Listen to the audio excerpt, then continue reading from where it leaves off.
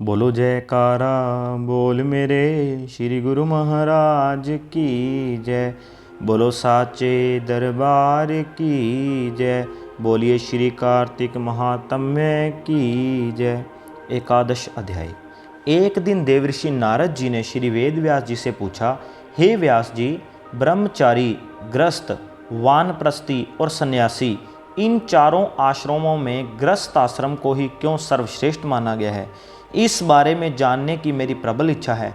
तब व्यास जी ने कहा, हे नारद, जैसे समस्त नदियां समुद्र में जाकर आश्रय पाती हैं और सभी जीव माता का आश्रय पाकर जीवित रहते हैं, उसी प्रकार भिक्षुक, ब्रह्मचारी, सन्यासी, विद्यार्थी, गुरु पूजक तथा यात्री, ये 6 जीविका रहित होने पर भी ग्रस्तों का ही आश्रय पाते हैं। ध्यान से सुनो। इस संबंध में मैं तुम्हें एक पुरातन इतिहास सुनाता हूँ। प्राचीन काल में उत्तानपाद राजा का उत्तम नाम का पुत्र अत्यंत बलवान तथा मदिरा पीने वाला था। राजा रानी दोनों स्नेह पूर्वक रहते थे। एक दिन राजा ने वेश्या का नृत्य देखते हुए मदिरा पान किया, साथ ही अपनी स्त्री से भी मदिरा पीने का आग्रह किया, परंतु रानी ने उसका कहना नहीं माना। तब राजा ने क्रोधित होकर अपने सेवकों को निर्जन वन में रानी को छोड़ आने की आज्ञा दी। अनुचरों ने राजा की आज्ञा का पालन किया। इसके पश्चात राजा ने दूसरा विवाह नहीं किया।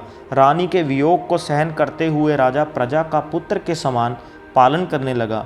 एक दिन एक ब्राह्मण ने राजा उत्तानपाद के समीप आकर निवेदन किया, हे राजन, मेरी स्त्री का किसी ने अपहरण कर लिया है। इस कारण मैं अत्यंत दुखी हूँ। आप मेरी पत्नी को तलाश करवाकर मुझे वापस दिलाने की व्यवस्था करें। राजा ने कहा, हे महाराज, मुझे नहीं मालूम कि आपकी स्त्री को कौन, किधर और कहाँ ले गया है। इस स्थिति में मैं उसे ढूंढकर कहाँ से ला सकता हूँ? यह सुनकर ब्राह्मण बोला, राजन, छठा भाग करके के रूप में प्राप्त करने के कारण आप प्रजा के रक्षक हैं। मेरी स्त्री अपने घर में सो रही थी, वहाँ से उसे कोई हरकर ले गया है। अतएव आपका कर्तव्य है कि आप उसे कहीं से भी ढूंढ कर लाएं। राजा ने कहा, हे विप्र, मैंने आपकी स्त्री को कभी नहीं देखा है और ना ही मैं यह जानता हूँ कि वह कैसे रंग रूप व स्वभाव वाली है, तब मैं उसे कैसे खोज सकता हूँ? यह सुनकर ब्राह्मण बोला, यद्यपि वह कर्कश स्वभाव की, कठोर वचन बोलने वाली, काले रंग की और कुरूपा है, तथापि मैं उसकी निंदा नहीं करता, क्योंकि वह मेरी पत्नी अर्थात अर्धांगिनी है। यह सुनकर राजा ने कहा, जब तुम्हारी स्त्री ऐसी कुरूपा और क्रूर स्वभाव की है, तब तुम उसे प्राप्त करके क्या करोगे? उसके स्थान पर मैं तुम्हें अत्यंत सुंदर, शील स्वभाव की अन्य स्त्री दे सकता हूँ। ब्राह्मण ने कहा, हे राजन, मेरी पत्नी मेरे धर्म कर्म की अर्धांगिनी है, अतः उसकी रक्षा करना मेरा परम धर्म है। जो पुरुष अपनी स्त्री की सुरक्षा नहीं करता, उसके वर्ण संकर संतान उत्पन्न होती है और उसके पितर नरकवासी होते हैं। वेश्यागामी पुरुष का कल्याण कभी नहीं हो सकता।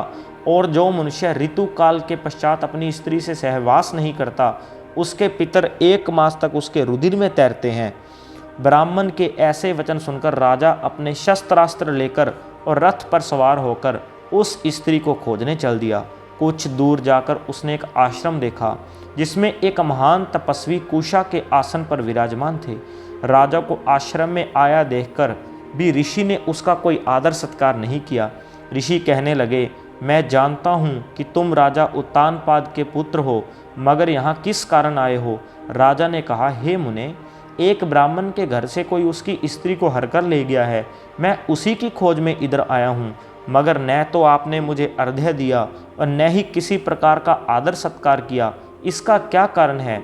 ऋषि ने उत्तर दिया, हे राजन, तुम अर्घ्य के योग्य होते हुए भी इस समय उसके पात्र नहीं हो, क्योंकि तुमने अपनी निरपराध स्त्री का वन में त्याग किया है। जहाँ स्त्री का यह धर्म है कि वह तन मन से पति की सेवा करे तथा उसकी आज्ञाकारी रहे, वहीं पति का भी यह धर्म है कि वह अपनी पति का यथोचित सम्मान करे। जिस घर में स्त्रियों का मान होता है, वहाँ पर देवताओं का वास होता है। इसके विपरीत जहाँ स्त्रियों का निरादर होता है, वहाँ सुख शांति कभी रह ही नहीं सकती। इतना सुनकर राजा अत्यंत लज्जित होकर पूछने लगा, भगवान, आप भूत, भविष्य और वर्तमान तीनों कालों के जानने वाले हैं, अतएव कृपा करके बताइए कि ब्राह्मण की स्त्री को हरकर कौन, क्यों और कहाँ ले गया है? तब ऋषि ने ध्यान धरकर कहा, राजन, अदिति का पुत्र वलाक नामक राक्षस उस ब्राह्मणी को हरकर उत्प्लावर्त वन में ले गया है। तुम उसको ढूंढकर ब्राह्मण का संयोग कराओ। यह सुनकर राजा मुनि को प्रणाम करके अपने रथ पर सवार होकर उत्प्लावर्त वन में जा पहुंचा। वहां जाकर राजा ने देखा कि एक स्त्री विल्व फल खा रही है। ब्राह्मण ने जैसा बताया था वैसा ही रंग रूप देखकर राजा ने उसे पहचान लिया और कहा, हे कल्याणी, तुम कौन हो और इस वन में क्यों आई हो? तब ब्राह्मणी बोली, मैं अतिरात्र की पुत्री तथा विलास पुत्र की स्त्री हूँ। मैं अपने घर में सो रही थी कि वलाक नामक राक्षस अपहरण करके मुझे यहाँ ले आया है।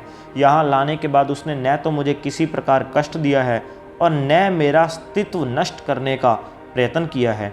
इतना होने पर भी अपने पति के वियोग के कारण मैं अत्यंत दुखी हूँ। राजा ने पूछा, हे ब्राह्मणी, वह राक्षस कहाँ गया है? तब ब्राह्मणी ने बताया कि वह इस वन के अमुक स्थान पर गया है।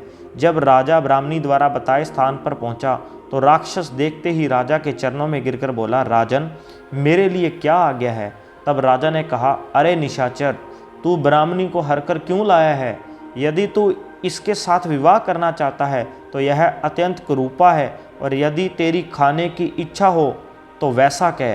तब राक्षस कहने लगा, राजन, मेरे घर में अनेक रूपवती अप्सराएं हैं। उनके अतिरिक्त मैंने कभी किसी स्त्री से भोग की इच्छा नहीं की और न मैं मांस भक्षण करता हूँ। मैं तो पूर्व जन्म के पापों का प्रायश्चित कर रहा हूँ। इस ब्राह्मणी का पति राक्षसों को मारने का मंत्र जानता है। जब हम यज्ञ का अन्न ग्रहण करने के लिए जाते हैं तो वह हमको भगा देता है, क्योंकि यज्ञों का आचार्य वही बनता था। इसी कारण उस ब्राह्मण को दुखी करने के लिए मैं उसकी स्त्री को हर लाया हूँ। शास्त्रों के नियम अनुसार स्त्री के बिना पुरुष को धार्मिक कर्म करने का अधिकार नहीं है, अतः अब वह यज्ञों में आचार्य नहीं बनता। राक्षस के ये वचन सुनकर राजा ने विचार किया कि यह भी परोक्ष रूप से मेरी ही निंदा कर रहा है। मुनि ने भी स्त्री का त्याग करने के कारण मुझे अर्ध्य योग्य नहीं माना है। तभी राजा को विचार मगन देखकर राक्षस कहने लगा, हे राजन, मैं आपकी प्रत्येक आज्ञा का पालन करूंगा, आप आज्ञा दीजिए। इतना कहकर वह हाथ जोड़कर खड़ा हो गया। राजा ने कहा, हे निशाचर, तुम इस ब्राह्मणी को इसके घर पहुंचा दो और उसके बाद जब भी मैं याद करूं तुम मेरे पास आ जाना। इतना सुनते ही वह राक्षस ब्राह्मणी को लेकर उसके घर छोड़ने चला गया। इसके बाद राजा विचारने लगा कि मैंने अपनी निर्दोष पत्नी को घर से निकाला है, अतएव मैं अब कौन सा ऐसा पुण्य कर्म करूं जिससे इस पाप से निवृत्ति हो। तब राजा ने पुण्य उन्हीं मुनि के पास जाकर उनसे उपाय पूछा। मुनि ने कहा, हे राजन, पुरुष के लिए स्त्री धर्म, अर्थ, काम और मोक्ष सभी कुछ देने वाली है। इतना ही नहीं, स्त्री के बिना इस लोक तथा परलोक कहीं पर भी सुख की प्राप्ति नहीं हो सकती। स्त्री चाहे कैसी ही कुरूपा, मूर्ख, रोगी, दरिद्री या खोटे स्वभाव वाली क्यों न हो, पुरुष को उसका सम्मान करना ही चाहिए। पश्चाताप करते हुए राजा ने कहा, हे मुनि, मैंने अपनी निर्दोष पतिव्रता स्त्री को त्याग दिया है, अतएव अब मैं क्या करूं? मुनि ने कहा, हे राजन, तुम्हारी स्त्री को अकेली वन में घूमते हुए देखकर शतापात नामक नाग उसे पाताल लोक में ले गया है। उस नाग की नंदा नाम की एक कन्या है जिसने उसको घर में छिपा रखा है। यह सुनकर राजा वहां से अपने घर आया तो ब्राह्मण को स्त्री सहित अपने घर में देखकर अत्यंत प्रसन्न हुआ। इसके बाद राजा ने ज्यों ही वलाक राक्षस को याद किया, वह तुरंत उपस्थित हो गया। तब राजा ने उसे पाताल लोक से अपनी स्त्री लाने का आदेश दिया। आज्ञा मिलते ही वलाक पाताल लोक गया और वहां से राजा की स्त्री लाकर उसको सौंप दी। तदंतर राजा और रानी स्नेह पूर्वक रहने लगे। नारद जी ने अंत में कहा, हे राजा पृथु, यह ग्रस्त आश्रम महात्म्य हमने तुमको विस्तार पूर्वक सुनाया। अब और क्या सुनना चाहते हो सो कहो। इति एकादश अध्याय समाप्तम। बोलो जयकारा बोल मेरे श्री गुरु महाराज की जय। बोलो साचे दरबार की जय। बोलिए श्री कार्तिक महात्म्य की जय।